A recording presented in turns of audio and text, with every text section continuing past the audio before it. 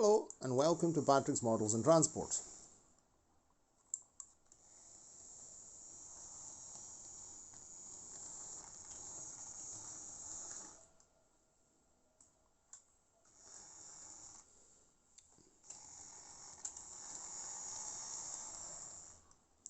Right, this is a little test track I prepared for the Jinty and some Triang rolling stock. This wagon is actually a Hornby, so its flanges are not so deep.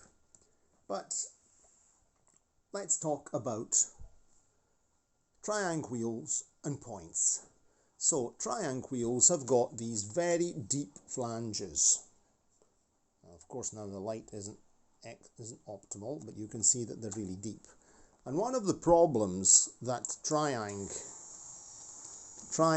locomotives and stock have is that, first of all, the flanges will touch the sleeper shoes. This is not the problem in our case because this is mechanotrack, no problem at all. Jouef points, no problem at all. Nice tall track.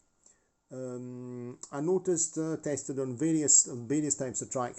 On some old Lima streets, there are problems. You saw that on the other video, the one with the little test track board, and on some old Lima curved sections, they also touch the shoes. So we can definitely make the second layout, the small compact layout, using mechanotrack, of which I have plenty. So I'm very pleased about that because mechanotrack is very good quality. It's steel track, but in this case it's brand new steel track, so it's absolutely in perfect condition and it's really good. The Jouef points are also good. So let's talk about points now. So one of the problems with points and Triang locomotives is that the very deep, big flanges and wide wheels, because we can see that not only are the flanges, let me see if I can lift this up off the track. Excuse me. I decided I wanted to film with some daylight, and daylight also means sun coming in and shadows, but why not? You can see that not only are the flanges deep, but the wheels are very wide, right? So you can have problems like this, in this case here, that where the wheel overrides the point and it overrides this part of the point here, no? And that means that it jumps a point and it derails, or it opens a point and it opens a point and goes where it shouldn't go. So what you have to do is to make sure that the points you install, if you want to run this old-fashioned stuff here,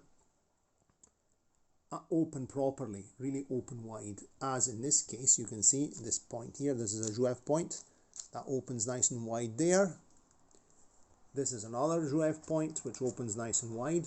This one, on the other hand, tends to not open properly. See, it's a bit stiff and it doesn't go all the way, and when I tested it on this one, it jumped the point.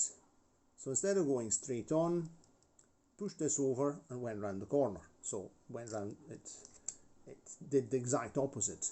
It opened the points, no? So I also tested last night when I set up this little test track on the ironing board. I also tried using a very old Jouef set of points with a brass track. Now these points, you can see that these work, they work like in real life, no? See? But these points, in fact, the Triang can cross these points quite well, even if it tends to get stuck because of the enormous frogs that there are. It tends to get stuck. But it can tackle these points. All my other locomotives have problems on these points here. In fact, this is why I never installed them. I bought them, experimented with them, and I have two sets, this one and this one here. This one must have some very dirty points and needing cleaned, so in this case here, I've never really tested it with a tester, but it keeps conductivity this way, instead straight on, it's insulated, but I think it just needs a really good clean. But these are not, they don't really work well. They're nice, they're very nice, but they are not very good for, and I see that the Triang actually prefers, shall we say, call it the regular Jouef points. So that's good, because initially when I tested it with this one here, I said, oh no, I'm going to have point problems.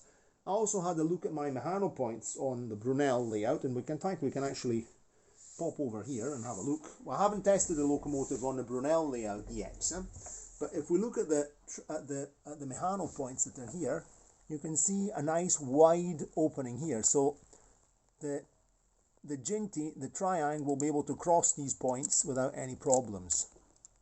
So in fact, we're going to be doing some jobs on this soon. We have to make the holes for the streetlight wiring, and we'll actually test this Locomotive on this layout and see how it behaves. And this is, as you know well, there are Lima tight radius curves up there. That's all Lima track. It's mostly Lima track, with Jouef, Mehano and Lima. It's a mix of Mehano, Lima with Jouef points inside on the sidings. That's a Jouef point.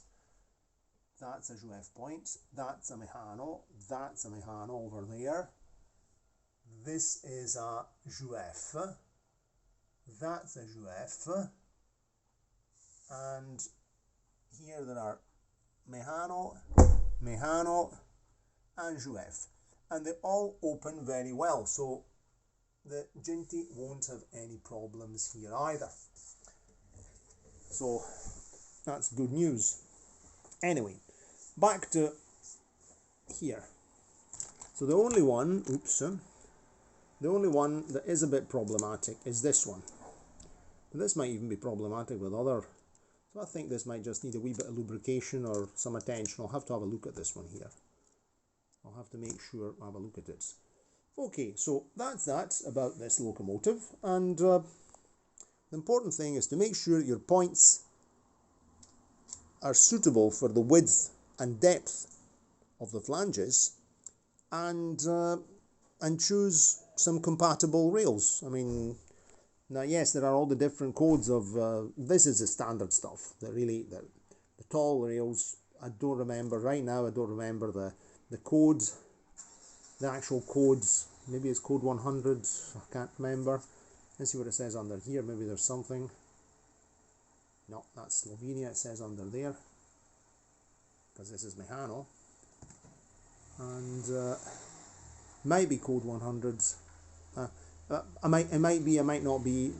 Don't take my word for it, because I can't remember all these rivet counter things. This is the standard stuff you get in a train set. It's the basic bread and butter rails, and Jouef, Triangs will go here, will run on this kind of track, no problem at all.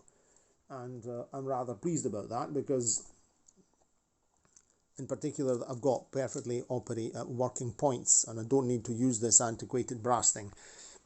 This is an interesting point. It does work. It does work. Let's have a look at it again. So let's just go back. I'm doing a bit of shunting on here. Oops, we're going in the wrong direction. Let's go and get our little wagon over there. Okay. Now we'll go straight on. See, it's a bit jumpy. It's not jumpy on these ones.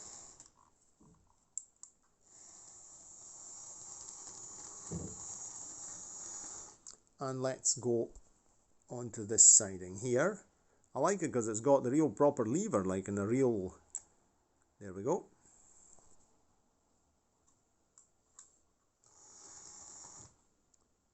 See, it tends to it touches the frogs and it gets stuck. It's got this very, the problems are here and on the frogs. They're a bit too rough, these frogs here. They're not, these are the later Jouef ones. These are really very good points. So these ones here are a bit more problematic, but that's that. So, and this is a Mehano controller. made in China, very stiff switch, and it doesn't always switch. So see, it gets stuck. It gets stuck on these old-fashioned brass ones, which are probably not even, they would probably need cleaning, but these are much better, so there's no point in complicating my life. It was just, again it gets stuck, see? Again it gets stuck. But we won't be using them on the new layout, on the small layout, so we don't need to worry.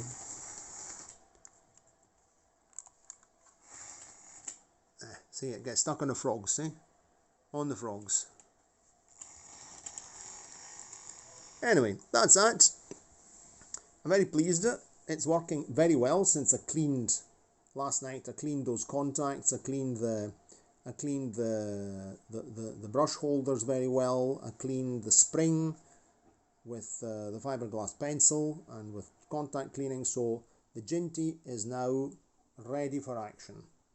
Right, cheerio, and see you next time.